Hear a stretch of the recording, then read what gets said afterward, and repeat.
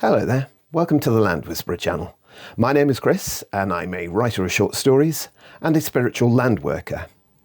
Today I want to talk to you about the archaeology of the Stanton Drew stone circles because it's where my spiritual journey began to grow, and also it gives us a nice context to the psychic information that I actually got from the stones, which I'll share with you in later videos.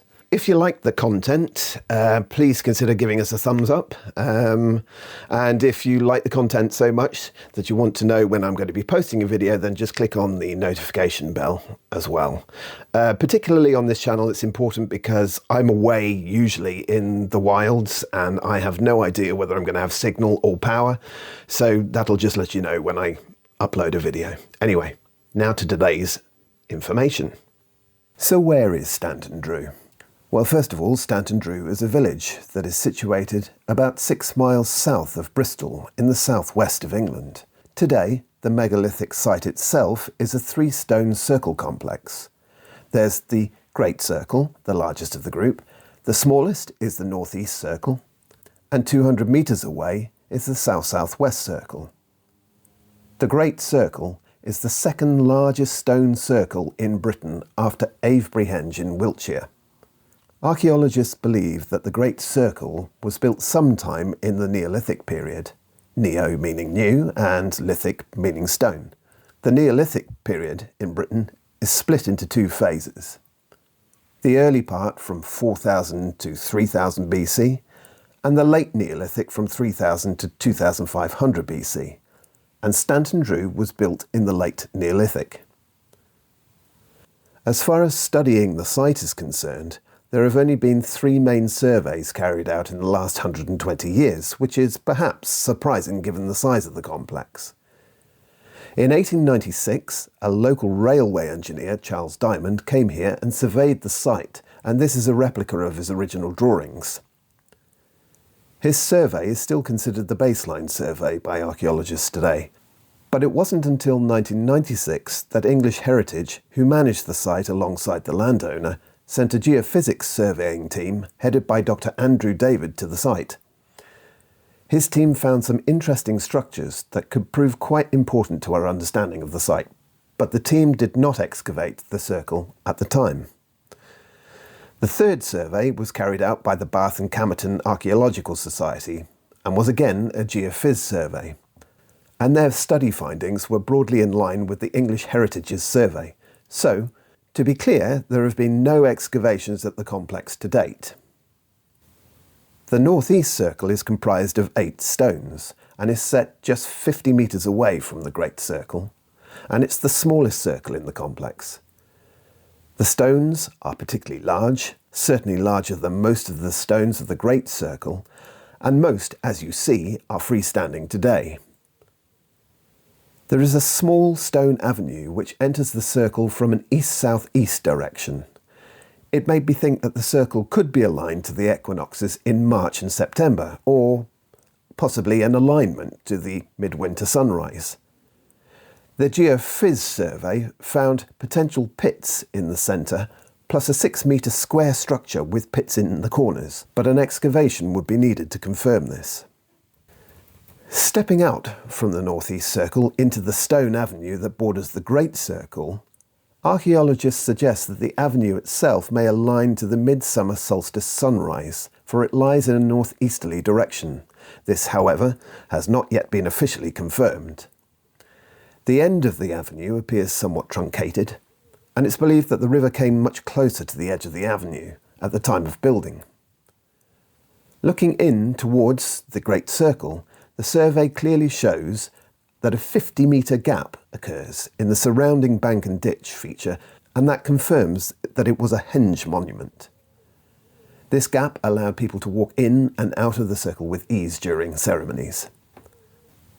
The Great Circle is the largest circle of the complex. The flattened central area is surrounded by a ditch and bank on the outside. From stone to stone, its diameter is 113 metres across, and from bank to bank, it's 136 metres across. Archaeologists say that the ditch is only visible in the northwest quadrant, though I could not see it myself. There are 26 or 27 stones, starting at stone number 1 in the east of the circle.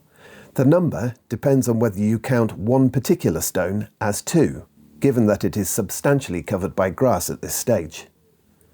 The stones themselves are of 3 different types. There are pennant sandstones, like stone number 1, fine-grained but with some tiny pebbles incorporated into them, and these were set down in the Permian period, roughly 300 to 250 million years ago. The most common type of rock on the site are silicified doleritic conglomerates from the local Harptree area, and these were laid down during the Triassic period that followed, 250 to 200 million years ago. Lastly, you've got the oolitic limestones, which are made from the fine sand grains and covered by calcium carbonate. These were formed in the Jurassic some 200 to 150 million years ago. All of these types of stone are filled with quartz crystals, and you can clearly see the crystals in the stones themselves. Quartz is probably the most important type of crystal known to us because it generates piezoelectricity under pressure or stress. It has optical qualities and is used in the manufacture of lenses. It has a high heat resistance, so it's useful in electronics, and it's also an oscillator in watches to help keep time. But it's as a retainer of spiritual knowledge that it is most unparalleled. During the English Heritage Survey, the team found some very interesting finds in the centre of the Great Circle. They found 9 concentric rings of pits, the innermost having a diameter of 20 metres, the outermost 92 metres, so just shy of the ring of stones today on the outside.